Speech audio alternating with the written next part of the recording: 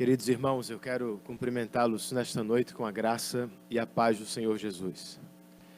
Também estou bastante feliz por estar aqui com amigos e pela oportunidade de servi-los em uma data tão especial.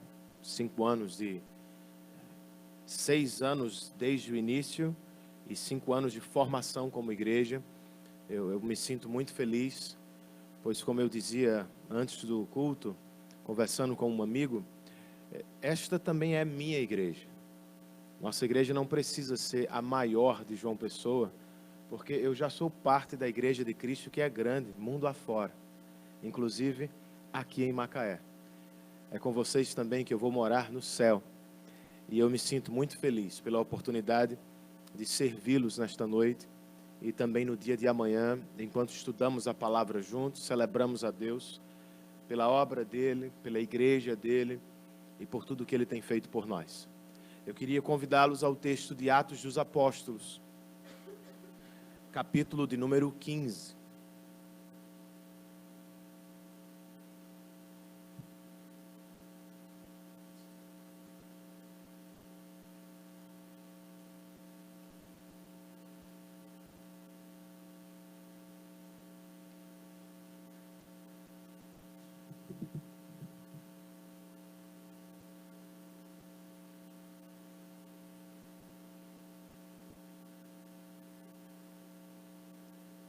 Eu quero estudar com vocês parte deste capítulo. Agora, pela manhã, nós estudaremos a segunda metade do capítulo 15. E no nosso culto da noite, de amanhã, nós vamos estudar a primeira parte do capítulo 16 de Atos. Irmãos, eu tive o privilégio de trabalhar com meu pai por anos. Foi muito bom para mim, mas eu imagino que deve ter sido um pouco difícil para ele. À época, eu era ainda mais jovem e, consequentemente, imaturo e bastante inquieto. Eu tinha muitas perguntas sobre tudo. E me pegava preocupado demais com os problemas do dia a dia de trabalho. Às vezes, era a chuva que parava a nossa produção. Em outros momentos, era o material que acabava no meio do trabalho. Os clientes nem sempre ajudavam. Os cooperadores nem sempre cooperavam como esperávamos. Mas para o meu pai, era apenas mais um dia de trabalho em um paraíso caído. Para mim, não. Alguns problemas pareciam o fim do mundo. Foi quando, em uma conversa simples, ele me disse algo que jamais vou esquecer. Ele me tomou pelo braço e disse: meu filho, é melhor você se acostumar com os problemas. Pois para onde se virar na vida, você vai ter de lidar com eles. Até na igreja, pai, eu perguntaria. E a resposta dele, muito provavelmente, seria a resposta de Lucas, o autor de Atos. De acordo com o que vamos aprender com este texto bíblico, a beleza, a paz e o progresso da igreja estavam ameaçados. Antes de retomar o caminho do crescimento internacional, a igreja vai ter de sentar para resolver um problema. Resolver a assim chamada controvérsia dos judaizantes. É o que nós temos no capítulo 15. Nós vamos estudar do verso 1 ao verso 21. Mas para começar, eu quero ler apenas o verso 6. E depois eu peço que você tenha a sua Bíblia aberta, porque ao longo do sermão nós vamos ler quase que o capítulo inteiro juntos. Atos dos Apóstolos, capítulo 15, verso 6. O texto inspirado nos diz: os apóstolos e os presbíteros se reuniram para considerar essa questão. Que o Senhor aplique a sua palavra aos nossos corações, irmãos. Os capítulos 13 e 14 de Atos nos narram o que chamamos de a primeira viagem missionária do apóstolo Paulo. Por 2 anos, ele e Barnabé percorreram a ilha de Chipre e a Ásia Menor, anunciando o evangelho de Jesus Cristo e plantando inúmeras igrejas. Depois de organizá-las, apontando presbíteros, pastores locais para cada uma delas, os 2 voltaram à igreja mãe de Antioquia para prestar relatório. O capítulo 15 de Atos, porém, trata de algo totalmente diferente. Ele não descreve mais o progresso da igreja ou o avanço do evangelho entre os gentios. Antes, ele aborda a entrada destes na igreja do Senhor. Para resolver a questão, como acabamos de ler, os apóstolos e os presbíteros se reuniram no que ficou conhecido como o Concílio de Jerusalém. É o que acontece às vezes, irmãos. Por mais que não gostemos muito, como família e como igreja, por vezes temos de sentar para resolver problemas. A pergunta é como foi que eles resolveram o problema dos judaizantes em Jerusalém? E como é que podemos aprender com eles a resolver os nossos próprios problemas? Bem, enquanto estudamos este texto, eu quero apresentar as abordagens que podem nos auxiliar com a resolução de nossos problemas. Eu vou usar os principais personagens do texto como exemplos de suas abordagens. Primeiramente, consideremos Paulo e a sua defesa, a defesa do Evangelho. Vamos começar com o problema em si, verso 1 deste texto. Queria que você voltasse os seus olhos outra vez para a Bíblia e acompanhasse comigo enquanto eu leio o verso 1. Lucas escreve: alguns homens desceram da Judéia para Antioquia e passaram a ensinar os irmãos: se vocês não forem circuncidados conforme o costume ensinado por Moisés, vocês não poderão ser salvos. Essa era a questão, irmãos. Pregadores, supostamente enviados por Jerusalém, estavam ensinando aos cristãos gentios, ou seja, estrangeiros: se vocês não têm a circuncisão, se não vivem de acordo com as leis cerimoniais de Moisés, vocês tampouco podem estar certos da salvação. Eram chamados de judaizantes, porque tinham por missão tornar os cristãos gentios judeus. Era assim, diziam eles, que os cristãos gentios podiam ser aceitos na família de Deus de verdade. Estavam eles certos? Claro que não, irmãos. Por isso, verso de número 2. A situação levou Paulo e Barnabé a uma grande contenda e discussão com eles. Assim, Paulo e Barnabé foram designados, junto com outros, para irem a Jerusalém tratar dessa questão com os apóstolos e com os presbíteros. Percebendo que o ensino dos judaizantes era perigoso e que poderia causar grande estrago à fé e à igreja dos cristãos estrangeiros, Paulo e Barnabé se levantaram imediatamente para defender o evangelho da graça. É aqui, muito provavelmente, irmãos, que nasce a carta aos Gálatas, a primeira escrita pelo apóstolo Paulo. Na ocasião, não sei se você se lembra do texto, Paulo repreendeu até mesmo Pedro, o apóstolo. Pois segundo o evangelho de Jesus Cristo, gentios não precisam se tornar judeus.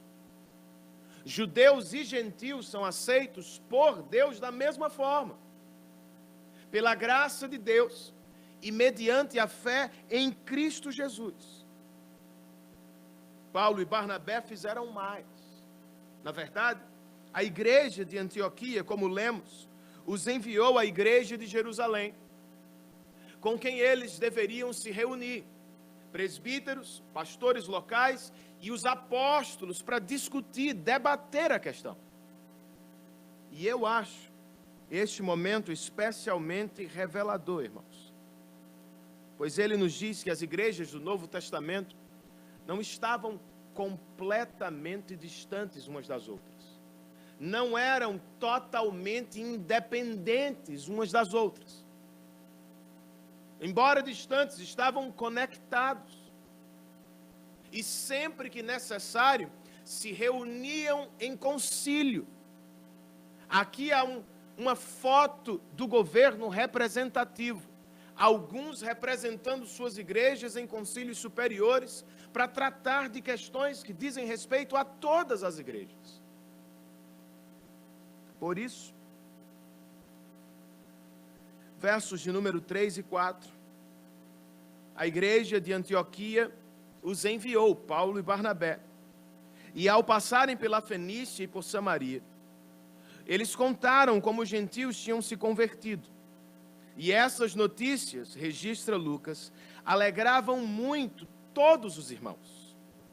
Chegando a Jerusalém, foram bem recebidos pela igreja, pelos apóstolos e pelos presbíteros, a quem relataram tudo o que Deus tinha feito por meio deles.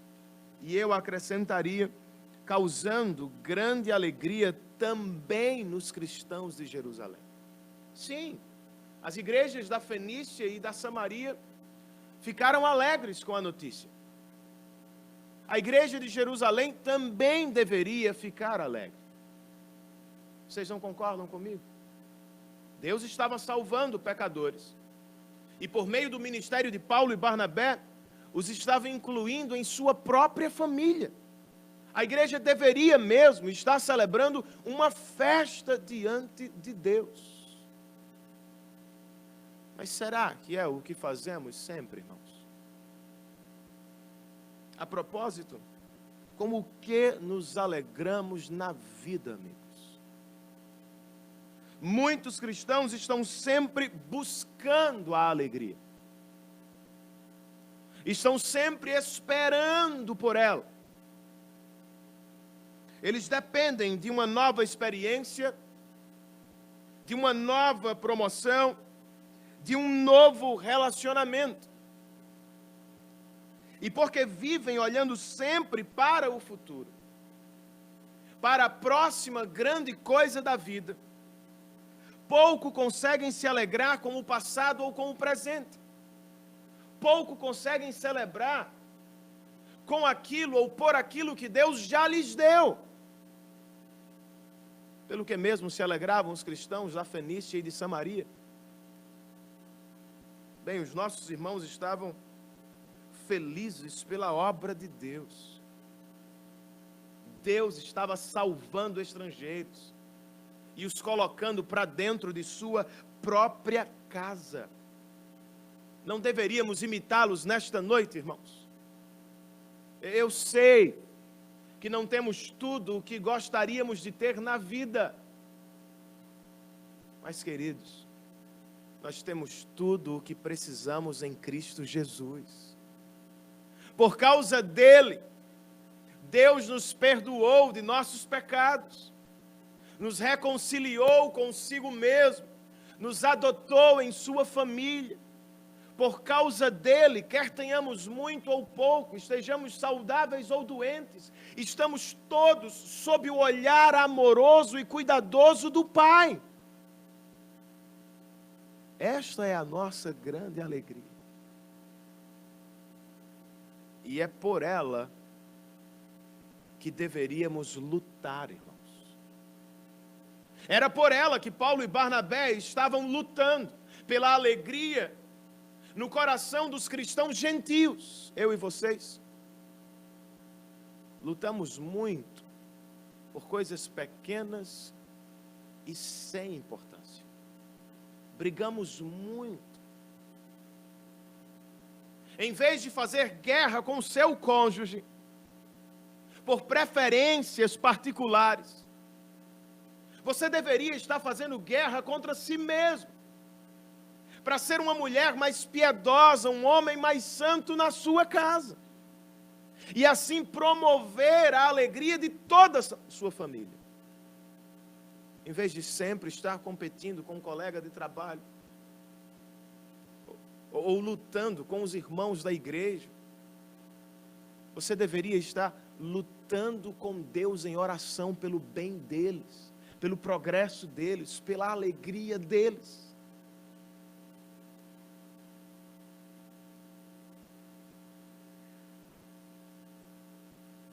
Era por isso que Paulo e Barnabé estavam lutando, irmãos. E se você precisar de ajuda, faça como os dois, peça. Não sei se vocês perceberam isso. Paulo e Barnabé são homens cheios do Espírito. E quando tiveram a oportunidade, lutaram cara a cara contra os judaizantes. Mas obviamente não podiam resolver aquele problema sozinhos. Então o que fizeram? Foram a Jerusalém pedir ajuda aos outros irmãos. Essa é a nossa realidade. Por mais conhecedor da Bíblia que você seja, vez por outra você esbarra em um texto que você não compreende totalmente. Você precisa de alguém que conheça mais. Por mais piedoso que você se perceba, se você realmente é piedoso, você sabe que não consegue viver à altura daquilo que Deus espera de você o tempo inteiro. Então você precisa de ajuda.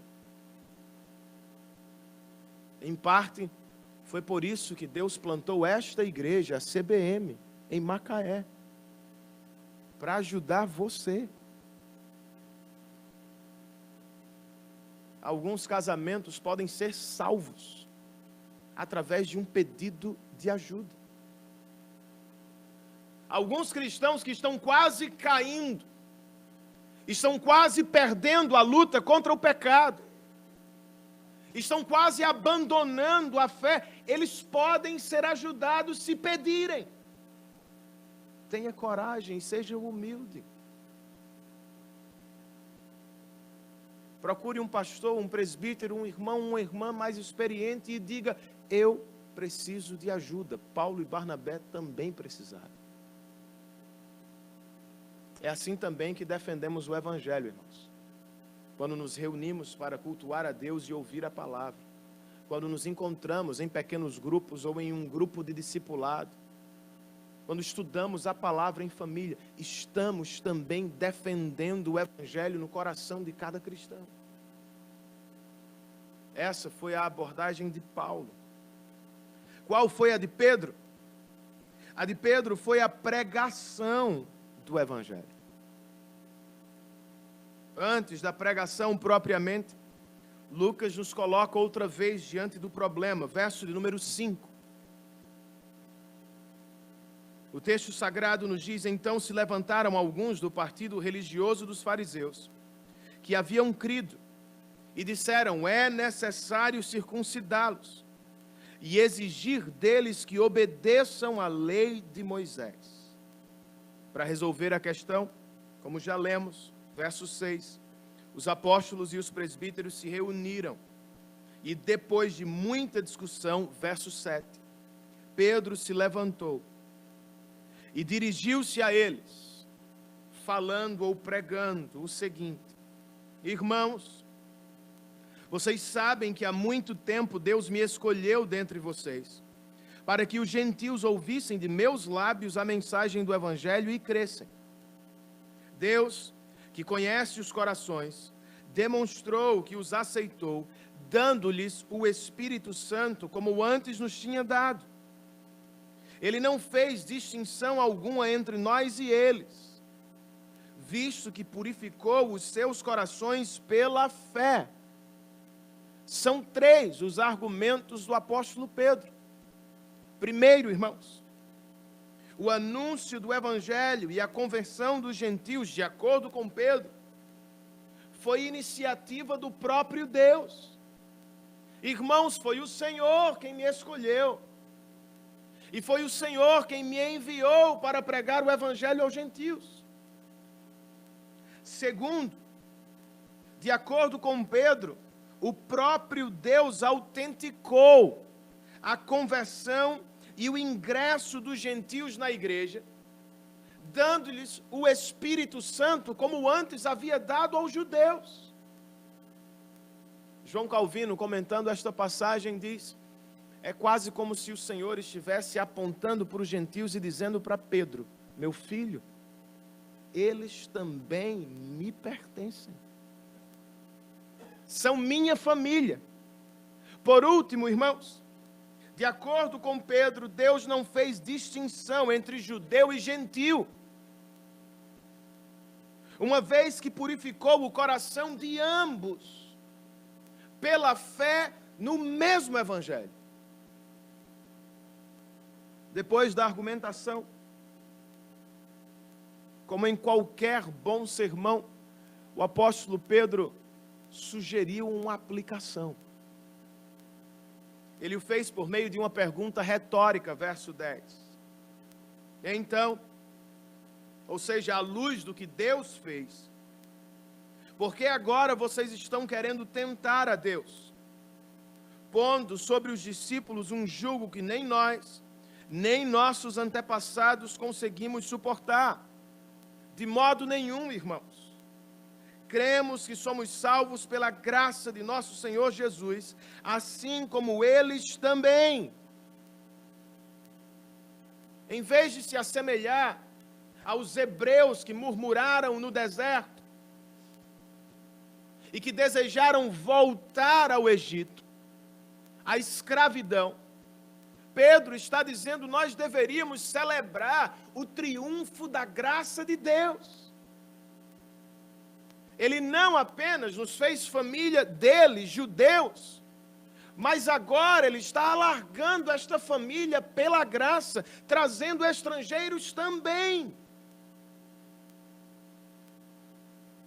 Qual foi o efeito daquele sermão de Pedro, irmãos? Verso de número 12. Toda a assembleia ficou em silêncio, enquanto ouvia Barnabé e Paulo. Não foi apenas respeito por Barnabé e Paulo, os missionários que estavam trabalhando entre os gentios. Segundo um comentarista, o silêncio daquele dia certamente também foi provocado pela pregação de Pedro. É o que deveria acontecer, irmãos, a cada domingo nos nossos cultos. O evangelho, em um sentido, deveria nos deixar todos em silêncio. Judeus não podem se orgulhar diante de Deus, pois como gentios, eles também são pecadores. E como gentios, eles também foram salvos pela graça. Judeus e gentios, portanto, devem se calar diante de Deus. Cristãos, esta é uma definição para quem somos. São pessoas que ficam em silêncio diante de Deus. Primeiro, porque de nada podem se gabar. Nada têm para oferecer a Deus. Nada podem fazer por merecer a salvação. Eles se calam.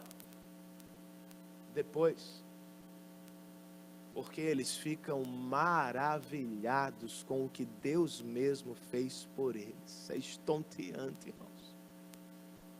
O Deus santo e perfeito contra quem pecamos, agiu na história, enviou o seu Filho unigênito para tomar o nosso lugar.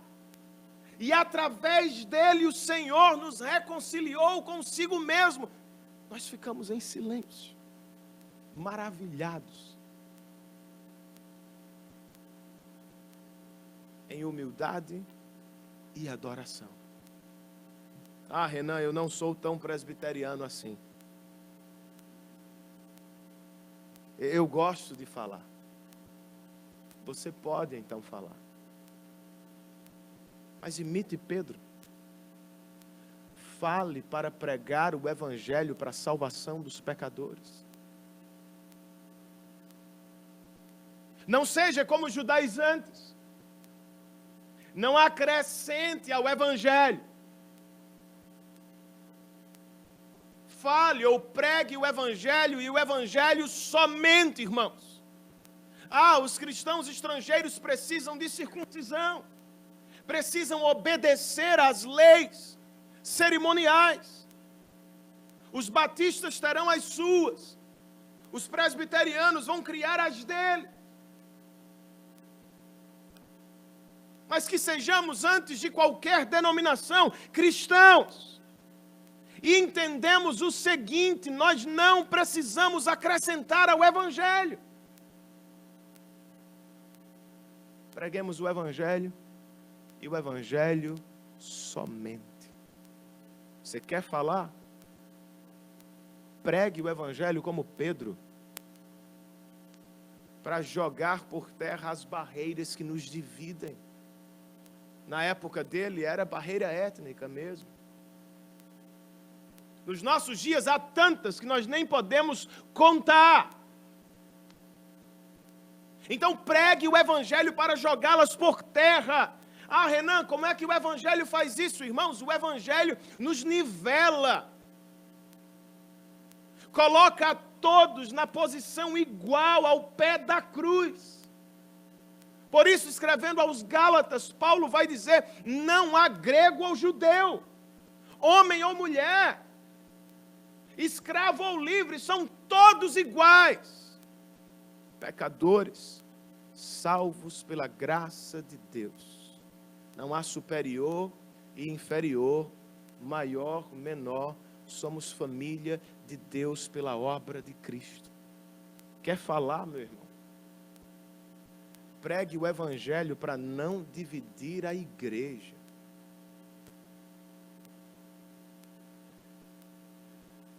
Se o concílio de Jerusalém de fato se deu depois da carta aos Gálatas, a esta altura Pedro já teria sido repreendido publicamente.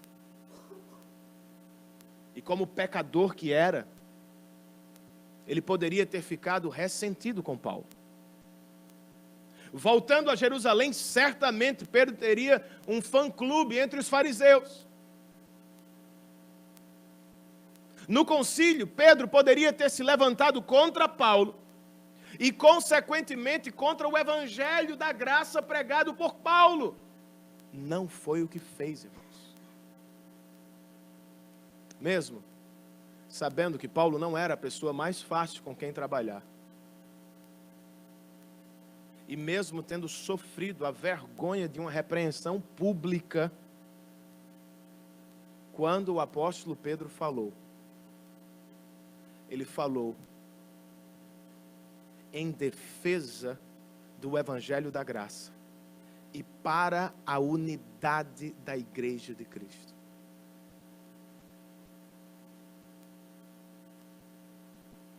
Muitas pessoas que dividem suas igrejas o fazem puramente por orgulho.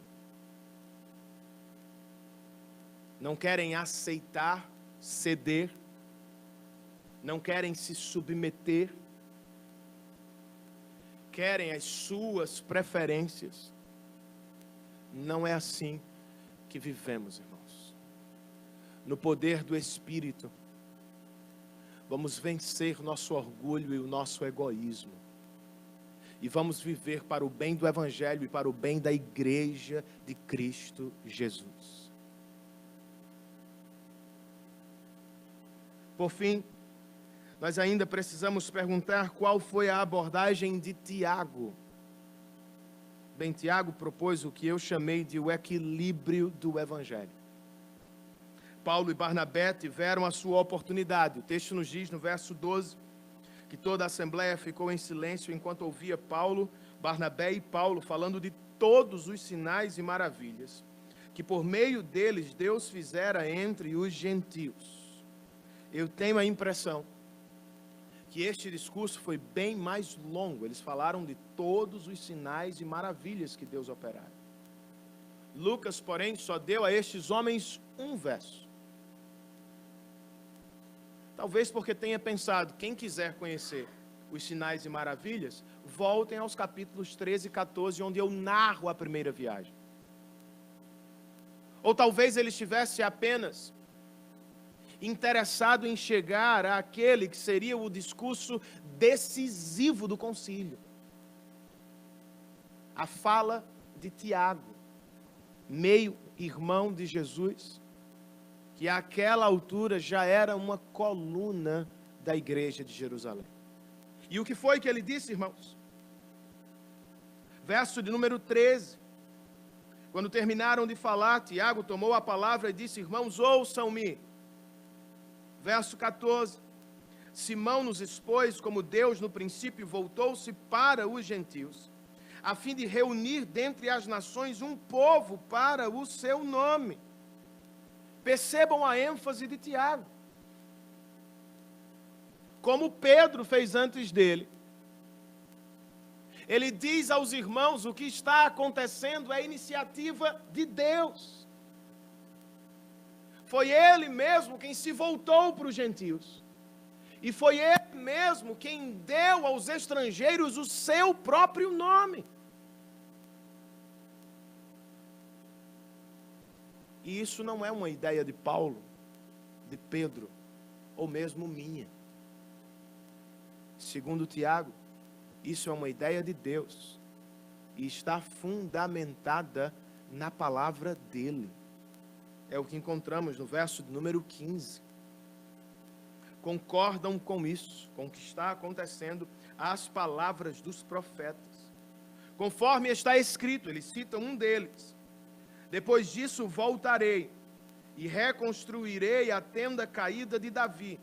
Reedificarei as suas ruínas e a restaurarei. Com que propósito? Para que o restante dos homens busque o Senhor e todos os gentios sobre os quais tem sido invocado o meu nome. Diz o Senhor que faz estas coisas, conhecidas desde os tempos antigos. De novo, eu acho essa fala de Tiago extremamente reveladora. Antes eu falei que esta reunião indica um pouco do governo que a igreja tinha no Novo Testamento. E aqui nós temos um pouco da teologia dos apóstolos sobre o povo de Deus, do Antigo e do Novo Testamento. Para Tiago, o que estava acontecendo? Deus estava levantando a tenda caída de Davi. Ele estava restaurando o Israel. Só que não era como os judeus estavam esperando. O Israel geopolítico. A nação que voltaria a ser uma potência. Não, Tiago, irmãos. E não Renan, um presbiteriano aliancista. Mas Tiago está dizendo, Deus está levantando esta tenda caída de Davi.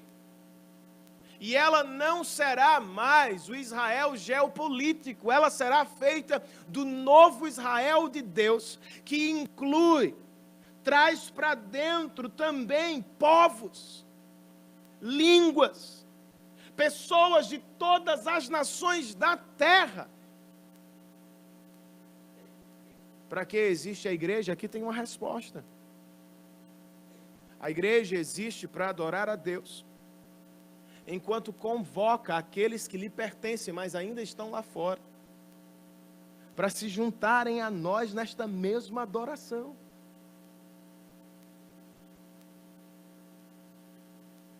E como é que a igreja deveria responder, irmãos? Ou qual foi a proposta final de Tiago? O que pareceu bastante sábio e equilibrado para todos. Versos 19, 20 e 21. Portanto, à luz do que Deus está fazendo em cumprimento à sua palavra, julgo que não devemos pôr dificuldades aos gentios que estão se convertendo a Deus. Ao contrário, devemos escrever a eles dizendo-lhes que se abstenham de comida contaminada pelos ídolos, da imoralidade sexual, da carne de animais estrangulados e do sangue. Por quê? Pois, verso 21, desde os tempos antigos Moisés é pregado em todas as cidades, sendo lido nas sinagogas todos os sábados. Percebam, por um lado, o pastor de Jerusalém estava dizendo aos seus membros, ou aos membros da igreja que pastoreava, aos membros judeus: parem com essa história. Vocês não precisam fazer dos cristãos gentios novos judeus. Eles não precisam ser judeus. Ao mesmo tempo, este pastor que tinha influência apostólica sobre todas as igrejas, diz agora aos cristãos gentios: vocês não precisam mesmo se tornar judeus. Mas não se esqueçam, vocês não são mais apenas gentios. Vocês ainda são gregos, romanos e samaritanos. Ainda são, por assim dizer, cidadãos do Império Romano. Não são mais só isso. Vocês agora são cristãos gentios, cidadãos também da pátria celestial. Já não podem mais viver como viviam, na adoração pagã. E agora, como os judeus devem ter cuidado com vocês, não impondo-lhes seus costumes e sua cultura, vocês também devem ter cuidado com os judeus, respeitando a cultura e o costume deles. Pois Moisés é lido e conhecido em todas as cidades. Eu acho que Tiago foi extremamente sábio e equilibrado, irmãos. Como também devemos ser no nosso procedimento. Como os judeus cristãos, para quem ele falou, nós não devemos mais ser legalistas. Pedro e Tiago concordam e defendem que não devemos pôr dificuldades aos gentios. Por que não? Porque, como ouvimos de Pedro mais cedo, somos salvos pela graça do Senhor. Ou seja, ninguém aqui merece coisa alguma de Deus. Ninguém aqui podia fazer por merecer. Ninguém aqui poderia conquistar Deus. Se somos salvos, só o somos pela graça dele, irmãos. Essa lógica vertical precisa se aplicar aos nossos relacionamentos horizontais. Se Deus lhe trata pela graça ou com graça, por que você não está fazendo o mesmo com o seu semelhante? Porque nossos filhos precisam nos conquistar a cada manhã, irmãos. Porque ele precisa fazer seu filho por merecer para ser amado. Tem algo mais legalista do que isso? Ou por que nós não vamos receber irmãos nossos apenas porque eles têm uma tradição diferente da nossa? Ou um ponto de vista teológico sobre uma doutrina secundária diferente? Queridos irmãos, vamos amar os outros como fomos amados por Deus, pela graça. Tomemos a iniciativa de amá-los sem que eles precisem fazer por merecer. Aliás, amor interesseiro não é amor de verdade.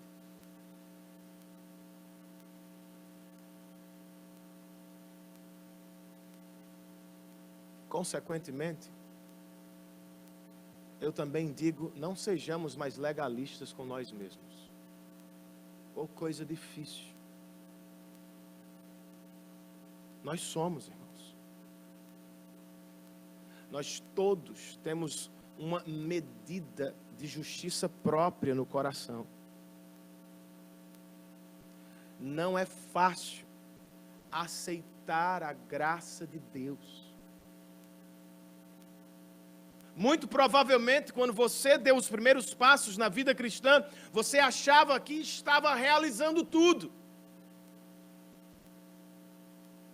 Que podia agradar a Deus, fazer por merecer, conquistar o amor dele. Há milhares de cristãos que operam assim.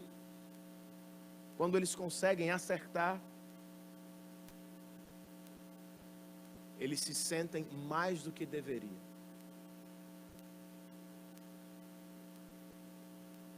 Confiam em si mesmos e se percebem superiores. Quando erram, não conseguindo agradar a Deus, eles se sentem menos do que deveriam. E acabam fugindo de Deus, se escondendo dele.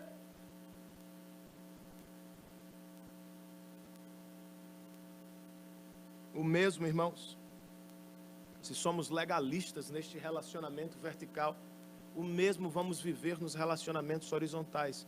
Vivemos o tempo inteiro tentando fazer por merecer a aceitação, a aprovação dos outros.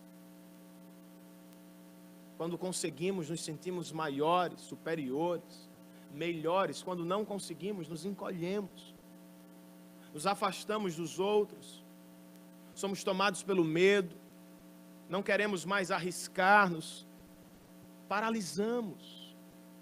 Não é assim que cristãos salvos pela graça vivem. Deus não vai me amar menos se eu errar. Não vai amá-lo mais se você acertar. A medida do amor de Deus está definida. Chama-se Cristo e ponto final. Consequentemente, eu não preciso mais viver com medo dos homens. Não preciso tentar impressioná-los para ser aceito. Eu só preciso ser realista. Alguns vão aplaudir o que eu faço, outros vão detestar. Alguns vão me aceitar, outros vão me rejeitar. Mas o que eles fazem não define minha identidade. A resposta deles não define quem eu sou, irmãos. Eu sou o que sou pela graça de Deus e pela fé em Cristo Jesus. Eu já fui aprovado. A Ele, portanto, seja glória para sempre por nossa salvação. Não sejamos legalistas, então. O outro lado do equilíbrio proposto por Tiago na direção dos gentios nos ajuda também. Sejamos sábios e cuidadosos com os nossos irmãos. Como coloquei antes, os cristãos gentios não precisam se tornar judeus. Mas eles também não podem esquecer, já não são mais só gentios. Nós ainda somos brasileiros.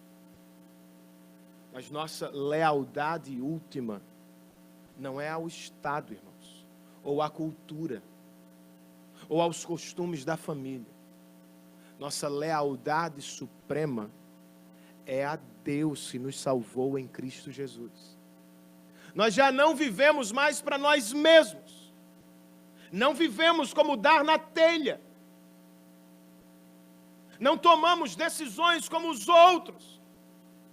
Toda a nossa vida deve ser vivida em submissão àquele que nos salvou em Cristo. Ao mesmo tempo, embora eu seja livre para fazer um monte de coisa que muitos crentes vão dizer que eu não posso fazer, por amor a Ele e a eles, eu limito minha liberdade para a glória de Deus. Porque, de novo, eu não vivo mais para mim mesmo. Minha preferência pouco importa. Minha liberdade só é liberdade plena quando dá glórias a Deus. O que você fala, meu irmão, o que eu posto nas redes sociais, o que você faz lá fora, diz respeito a toda a comunidade. Leva o nome de Cristo. Outro dia eu repreendi um jovem da igreja que usava as redes sociais como queria. E eu disse: queridão, o que você posta ali tem a ver comigo e com essa igreja local. Não, pastor. Nas redes sociais, nas minhas redes sociais, mando eu. Não. Manda Cristo. Você bota ali, você posta ali o que vai trazer glória para Ele. E você não posta ali o que você sabe que vai causar problemas para o povo dele.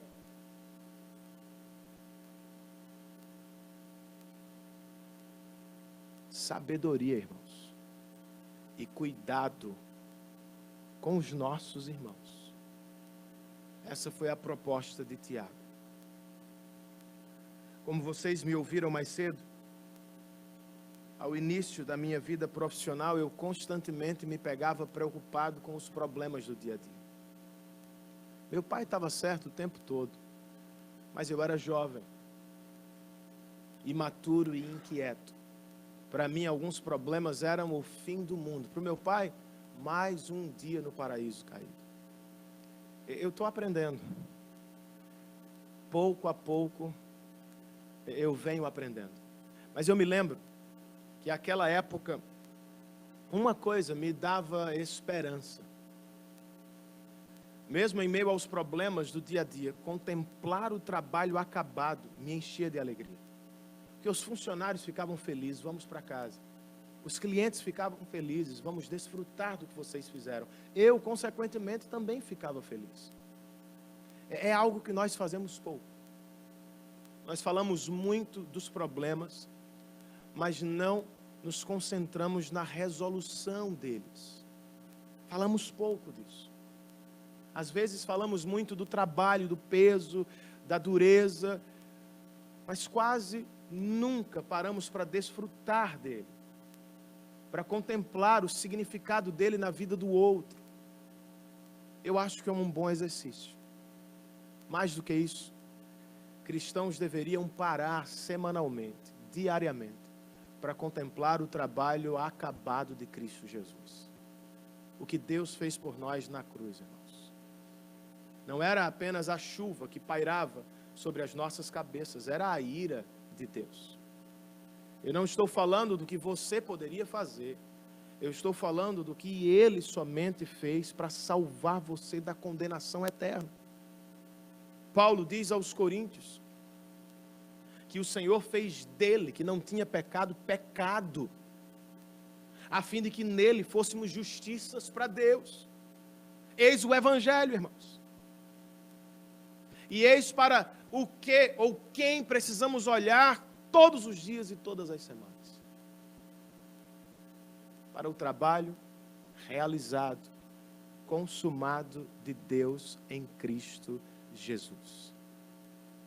Se Deus fez isso, eu vou parafrasear Paulo aos Romanos, resolveu o nosso maior problema nos dando o seu próprio Filho, por que não nos daria com Ele e de graça todas as coisas? Fitemos os olhos nele, o autor e consumador da nossa fé, e nos livremos dos pecados que nos cercam e sigamos adiante, irmãos, confiando naquele que resolveu todos os nossos maiores problemas na cruz do Calvário. Que Deus nos abençoe em Cristo Jesus.